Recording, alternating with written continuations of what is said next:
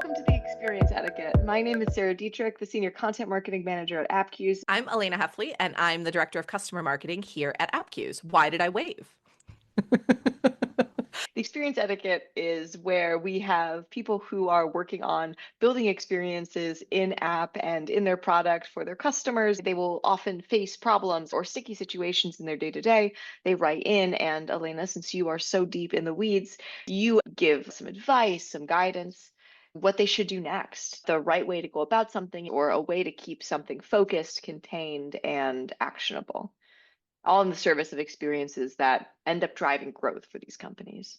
I think that one of the really nice things about this series and us having this dynamic and being able to take questions from people who are in this work is people feel like a lot of the time when they are in the actual experience building or reporting or campaign development or program building like parts of building in-app experiences, a lot of the times you second guess what you want to build or the right way to approach something. And it feels like a very isolated type of work because it's something that you're solely responsible for, but you also are beholden to decisions and feedback from a lot of other people. I spend a lot of time talking to people who are in this work, and being able to kind of share those conversations outside of one-to-one Zoom call, I think is hopefully going to help everybody. So it's a very exciting thing to be able to talk about.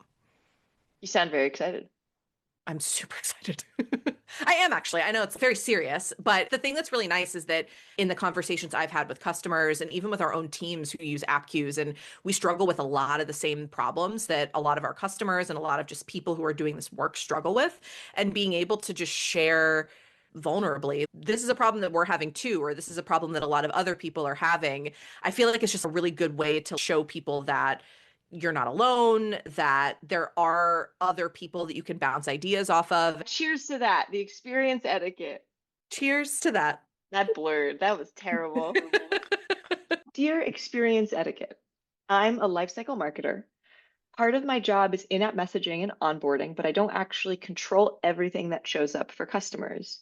Different teams can launch messages on their own. Product puts up modals, marketing ads, campaign stuff. CS asks for one-off messages to support specific accounts. Usually it's last minute. It's framed as this will only be up for a bit. Yep, sounds familiar. Individually, none of it is unreasonable necessarily. Taken together, it's a mess. Messages overlap, things contradict each other, customers get nudged in too many directions at once. We don't really have governance. There's no shared agreement on what should go in app, no consistent review step, and no clear way to slow something down without sounding difficult. When something breaks or confuses people, I'm usually the one fixing it afterward, even if I wasn't involved in the decision. I know we don't need a big process or a bunch of approvals. That wouldn't fly anyway. But right now, it feels like the opposite extreme, and it's not working. I'm not trying to own everything. I just want some is also italicized in this message, some structure so this doesn't keep happening. What's the smallest governance setup that actually works? From basically the janitor. Well, basically the janitor. Bless your heart. If I had a nickel, A moment of silence for basically the janitor. Dab. Where we have run into trouble in the past here at Appcues is we have tried to over-engineer all of the different things around governance, whether it's having a really long Notion doc that documents every single thing that we are going to make rules around under the guise of governance, or we've done nothing and just assume that one person's going to handle it and everything lives in someone's head. Neither of those work like ever. The really important thing is that they're asking about what the smallest thing you can do is, because I think that's the only way that you're going to build something sustainable.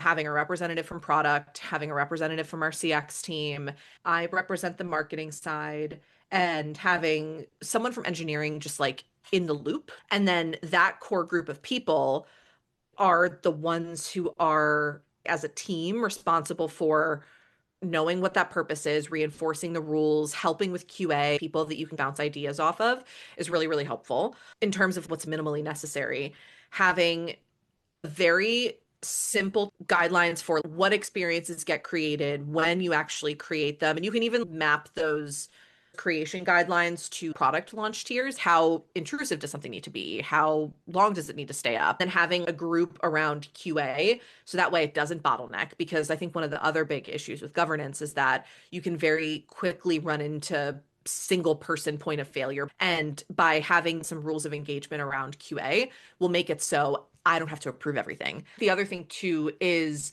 making sure as part of a minimum set of governance guidelines or rules is just having some table stakes that everything needs to have. Very rarely should an experience be targeting everyone unless it's a maintenance thing. We need to make it easy for each of those teams to know what else this customer is seeing and when, so that way they can make some suggestions, and then this will feed into the QA process. I have this message that is urgent for these reasons. It needs to take priority over the other things that this customer is seeing. As a part of the QA process, the governance team or the committee, we're taking into account the context of why there might be a more important message that goes in front of people at any given time. Being really, really pragmatic and almost pessimistic around what a minimum set of governance guidelines is important, because you can spend 6 months, you can spend a year building out a beautiful, long, detailed set of governance rules that lives on a Notion page that nobody reads. And when you look at the sad analytics of it, you see that you're the only person that's opened it in the last 2 months. You also aren't taking into account the mental load that it puts onto teams to digest and absorb all of these rules that you're giving them all of a sudden, especially when you aren't the actual owner of anything. That's the only way to make governance something that becomes an embedded part of the entire process, whether it's a feature launch, marketing campaign, webinar, whatever message you need to reach customers at a particular moment in time, and create something that will be more of an action and less of a static set of rules. From somebody who is in a position where they've been so reactive, to switch to now owning governance would be a big step. So, what's the first important thing, Elena, you would say needs to happen to get that ball rolling? The tricky thing about being basically the janitor is you've said you don't actually own anything. That said, if you are spending a lot of your time cleaning up after people, putting out fires, fixing and troubleshooting, there's a conversation to be had with your manager around identifying this problem, putting the problem in the context of how much time it's taking you away from other things, and advocating for you to be able to create a project plan to address this problem. The first thing that you do is very clearly define who you need to talk to and do a lot of discovery with each of the teams who are involved with building experiences or who touch customer experience. And that comes in the form of asking about what's your current process. As you collect that information from each of those teams, sending each of them a here's what I heard from this conversation, and then putting intentional thought into, based on what you said, I heard these 3 to 5 things. I'm embarking on this journey to ultimately fix the problem that we have right now, where you have to call me when you have a problem, or I have to go in and fix something because I notice a problem. I'm building out some guidelines for us to use as a team that address proactively some of the things that we run into challenges with as a group that makes people go, oh my gosh, that would be so helpful. Yes, so and so from my team can be the person that you work with as a part of that cross-functional group. That's a good way to kick that project off. What kind of pushback should someone expect when they go into this conversation that they can prepare for? You need to be prepared for people to be people, and you're asking them to change their way of working. Approach those conversations like they are you doing discovery. So that way you can build an approach to contract with them that is not going to come across as you mandating that people completely flip the table on how they currently work, but more so, I want to ask you some questions about how you go about creating experiences for your book of business CSM or for feature launches product manager. Asking thoughtful questions and acknowledging that they've got a certain way that they do things will also help you understand what you need to contract with them on and where their gaps are. The contracting conversation is, I know that you're working in these 3 ways. I have some suggestions based on us wanting to be more aligned. Let's figure out a way that we can improve. I think that approaching it from that perspective will help combat any sort of pushback you get, because I think the pushback you're going to get is any kind of process change pushback. It's, why do I have to do it like this? What I'm doing right now is fine. But I think you offset that when you approach things in a way that's more teamwork focused. So, you're setting up these calls. How do you bring it all together? What do you do with it after the fact? Like, being in agreement is, of course, great, But I think the biggest thing to do is to draft a very clear document or Notion page. Here's what I heard you say that you currently do. Here's some things that we are looking to at a higher level address when it comes to how we build, put experiences in front of customers, prioritize, whatever we're looking to address most urgently when it comes to how we govern our platforms. Here's what I heard, and making sure that you get some sort of acknowledgement. We're on the same page about, yeah, that is my process, or yeah, that is how I currently do this. Summarize those themes and work those into what your overall project plan is to some degree. It's broken out into two very simple sections. It's here's where we are today and why this problem exists. Here's what it'll look like at the end. It's the very, very high level, very extreme from two.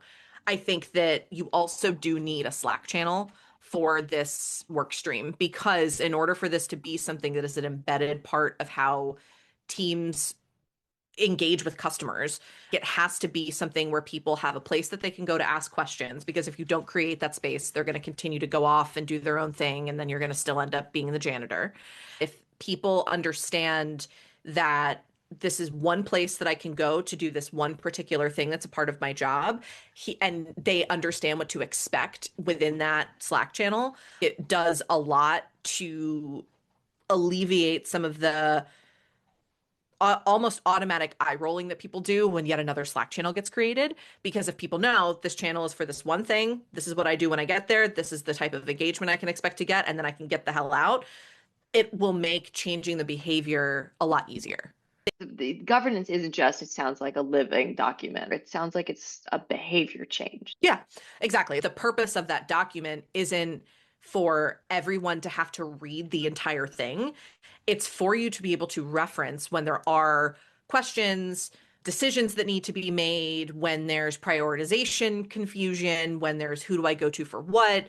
The document does need to exist, but one of the benefits of you having a big long document is that when people do search Notion or Slack, the answers to those questions, because that doc will hopefully build with FAQs and additional use cases and all that stuff, people will be able to quickly find their own answer. And that's how you start to create a search first culture, which is very, very important when it comes to this kind of thing. The kind of other part of your question comes back to creating really clear rules of engagement. When people go in there, they know what to expect. They know how the committee is going to engage with them, and actually following through will build the behavior a lot more. And the way to get governance guidelines out of just being a static document is by over communicating in that channel when things change, when teams launch something, celebrating wins that people have. Somebody followed this new process and their experience resulted in them outperforming their goal, or they fixed whatever problem they were trying to fix, or a feature got adopted a lot more quickly than it has in the past. Celebrating each of those wins reinforces why the behavior change is really important. How do you keep it from snowballing out of control? You start with the best of intentions and you sit down, it's methodical, and then you turn around and suddenly there's gaps everywhere and you're putting out all of these fires. How do you keep it so that the scaling and the growth of this project stays contained? I think you under promise on all your timelines, because those gaps in your guidelines will become really clear really quickly. You need to be pragmatic about how much of your time is spent on this versus the other parts of your job. I think it's also about having a regular touch point with your core committee or your core group of people who work on this. I think there's two checkpoints that you need to make sure that you have also. It's a monthly touch base with your core committee around how's it going? How are your teams adapting? Do you have any questions that are coming up in your own team calls? And then it's a quarterly sync that's a little bit longer. Is there like a theme in the questions that we're getting in Slack that we need to make sure we address? Are we over engineering some of the process pieces? And do we need to pull that back a little bit because people have gotten the hang of what they need to do, and like we can loosen the reins a little bit? It's also just being as pragmatic as you can about not over promising and over engineering governance guidelines and creating guidelines for guidelines' sake. If the behavior has changed and you're not spending as many hours fixing and putting out fires and this isn't working and why isn't this firing, you should be tracking how much you're doing that and hopefully seeing that trend downward. And that's a signal that you're moving in the right direction. Thank you so much, Elena, for all of this amazing advice. I feel changed by being near you. It's honored. Do you have any last words of advice for basically the janitor? If you have to cry, you should. So that's number one. Number two, don't overpromise and don't try to do everything to start. I think starting with the problem and starting with how can I help our other teams understand why this is a problem is a perfect starting point. Don't beat yourself up if it takes a while. This is a long-term project. This is a marathon, not a sprint. We'll see you all again on the next edition of the Experience Etiquette. So thank you all so much for tuning in. If you would like to stay up to date on when the next Experience Etiquette drops, subscribe to us on YouTube, follow us on LinkedIn, or sign up for our mailing list. Thank you all so much again. If you have any questions about this, if you have submissions that you would like to ask, please feel free to email us, DM us on LinkedIn. Take care. Say goodbye to the people, Elena. Bye.